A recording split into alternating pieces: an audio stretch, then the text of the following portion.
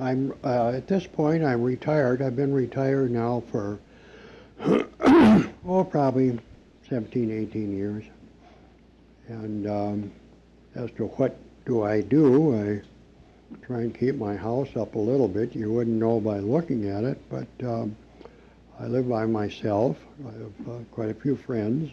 My family of 4 daughters and an ex-wife still live in this area, and I see them all frequently. And I live in a nice part of South Minneapolis. I still do some gigging with my drums. I call myself a fairly decent jazz drummer, and I spend my time, drink probably too much coffee. I don't eat correctly, but I like going out with friends for a bite to eat and so on and so on. I like traveling around in this area, and especially if I can and health holds up, I like going down to my favorite state other than Minnesota, New Mexico in the United States. So that's a little bit of how things go with me from day to day.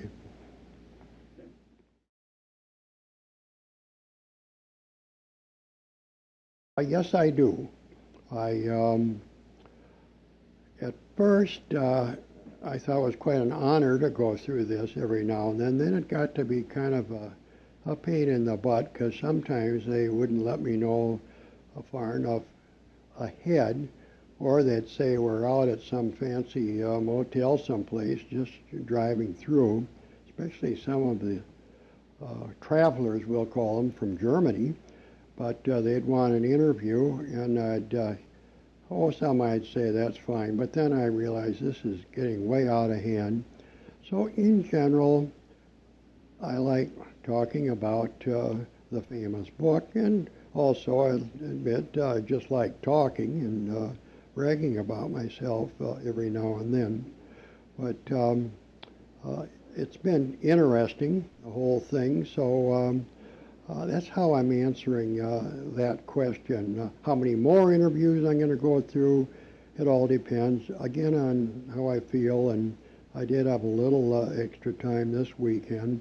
I sound like I'm very busy. I'm not, but sometimes it's just kind of a hassle to go through this stuff when there might be other things I'd prefer doing. I like to walk. I still bike a little bit. And well, that's about it for now.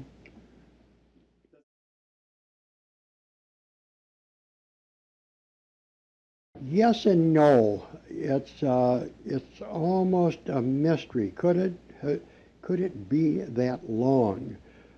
Years ago, Pirsig told me he was writing this book, and he also said, almost verbatim, I remember, referring to Sylvia and myself, I've been kind of looking over your shoulders, not only during the trip but afterwards, because I'm involved in writing a book. So, well, we figured, oh yeah, big deal. So you write it, and it might turn out okay, and it'll read it with some of the people that live in the neighborhood or old dinky town gangs and what have you, and that's cool if he wants to do that. We just didn't think much of it until all of a sudden he'd worked his head off trying to get it published. Well, then George Steinman, I can't think of his name now, it'll come to me, an excellent philosopher in his own right, teacher of literature and philosophy, got behind it, and another great philosopher from England, I can never remember his name, and they said, well, they compared it to Moby Dick, and I thought, well, my God, this is something else. I'm no expert, but I do go by some experts in what they say about these things. And, well, then, God, whoever published it, I forget now, but got behind and put some money behind it to advertise it. New York Times, whole spreadsheets covering, well, it must have cost thousands. So then, being a little slow on things, I realized this book is taking off, and God, what an honor to be in the damn thing here when I look back. Again, to answer the question, it is kind of amazing. I think about it a lot. I think about Bob. all the crap he went through in trying to write the book. And again, I'll sum it up by saying, for me, it's been an honor to know the guy. I'm rereading it again and finding out new stuff that kind of intrigues me. Not very much. He's not, I'll say, the great communicator. Writes little short notes. I don't either. My writing is so bad, my penmanship, and I don't have all these machines to throw out stuff. I do write every now and then notes to Bob. I'm going to write one after this interview and tell him that what's going on in my life and this and that. And all the people I've met that go through all this stuff here. This present gentleman's got all this fancy equipment. It's too bad I haven't had a drink in 30 years. This would really be something to celebrate if that was going on. But anyway, this is, well, in a way it's kind of fun, and but to answer that question, I think about him. I do get notes. He talks about his family, the marriage of his daughter, and like everything else, you find out, my God, they finished school and they're graduating with PhDs now, and you wonder where and how could this all have happened starting back 40 years ago or so.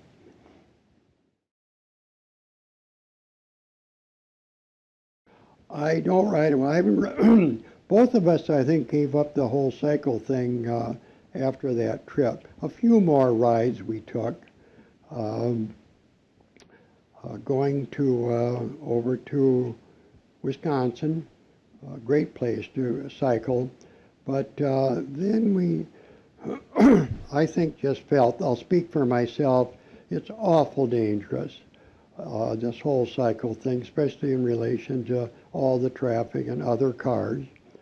Uh, One story I like to talk about is in New Mexico about 2 or 3 years ago with Sylvia, and we were staying at a motel up in Taos, and I could hear some rumbling, about 4 o'clock in the morning, and I could tell these were Harleys warming up, and it was a motorcycle group. They were from Nebraska, older people from 40 way up to 60 or so. And I got to chit-chatting with them. There were about, 25, 30 bikes. And, well, I said goodbye to them just as the sun came up. I could see those little lights going, the little red lights as they went up into the mountains. And I actually started to cry. It was so beautiful. Also reminded me that those days were all over, but boy, they were fun. It's exciting. We're riding those great bikes, especially not the real idiot ones now, but the size when I had my 650 BMW.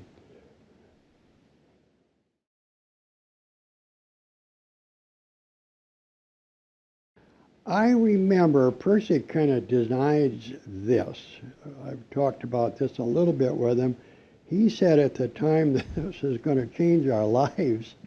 And yeah, we thought, yeah, it'll really change it. And well, I don't think he knew what he was talking about, but in one way it has, or I wouldn't be having this interview. And also, it's a great book. Let's face it, a lot of things I somewhat disagreed with. The technology, I don't know if he ever really, well, it's even all you got to do is read the book. He doesn't really have a handle on it either. But his insights, also in putting this all together with everything you've learned in his situation, Oriental philosophy, Western philosophy, to attempt to put this together in some sensible way, especially in relation to mental health problems that he went through personally, it's almost in certain ways, I have to say, a miracle that he could pull this thing off.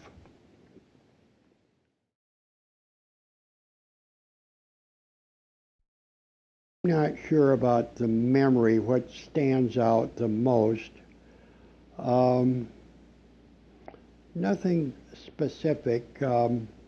Maybe going to, it's mentioned in the book, both Sylvia and myself were really impressed with DeWeese's pad in Montana. God, a beautiful river that went by the house. It was just kind of idyllic. Nothing specific. I remember all I can do is generalize about this. Coming near the DeWeeses, I remember seeing a little, well, kind of a garage with a cross on it, a red cross, and I figured, God, that's pretty weird. I wonder what that's all about. Well, culturally, it was so different than, say, urban Minnesota and the city, St. Paul, Minneapolis, because it was explained to me later that this is where some people that needed medical help could get it from this garage. And I thought, well, what the hell is this all about? And gradually I realized they don't have some of our so-called liberal programs here. And I'm talking to people. I met a sculptor, I remember, that God made his own teeth and all this stuff. And at first I was bragging about my profession of being a social worker. Well, they've never even heard of stuff like that. And then politically there would be signs, so-and-so's campaign running for the Senate. Ironic, then he'd say, no politicians welcome, just my friends. And this uptight kind of a gun thing going on. So we kind of dropped this little social worker idea of how great we are in the Twin Cities before I get shot or some damn thing. But I just remember the general beauty of the place. It's not too beautiful in some of the areas in the Dakotas. It's actually a beauty, and I'm rereading the book again, going through those mountains with the snow. Bob does a great job in describing that, where we could look down on each other. That in itself was an impression I still have. Looking at that little Mosquito he was driving, that Honda thing, where I'm in my beautiful pony, my 650 BMW. Anyway, those are some of the impressions I still remember.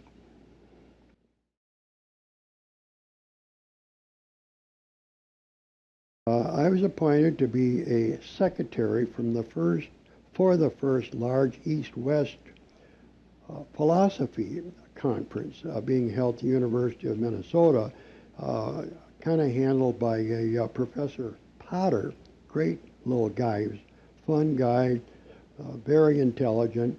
And Bob was at that as one of the members. There were scholars from all over the world, including some, I'm going to call them mystics with the bead going and everything, and very religious people from the Middle East someplace. And Bob was there, and I couldn't keep attending because I had this stupid job of selling wallpaper someplace, and just too many family responsibilities, so I had to give up on that. But I think they hired me because I at least knew, after reading Zimmer's book, Hindu terms such as moksha and dharma and all those things, which were quite foreign to, well, to a lot of people. But then through a Professor White at McAllister and some of his get-togethers with his very intelligent, fine wife, Beverly, somehow he was tied in with the Pirsig. So we shared some dinners and other experiences concerning Bob and what he was doing at that time.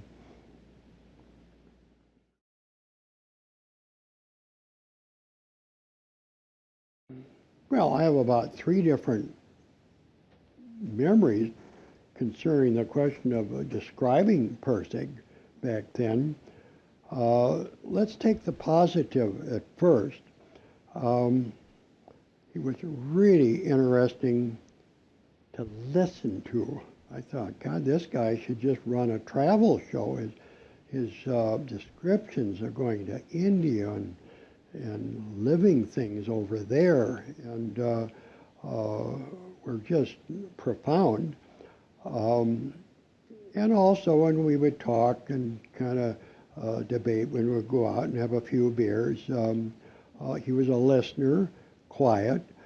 He seemed well, people would complain later on he'd kind of command the whole conversation. I didn't find that. I thought he was very flexible in listening to different opinions, and also quite aloof in a real quiet way, almost the opposite of me. I like to hoop it up and babble and talk about any damn thing that comes through my mind out my mouth, but he was always very precise. He could make fun of himself, which I liked.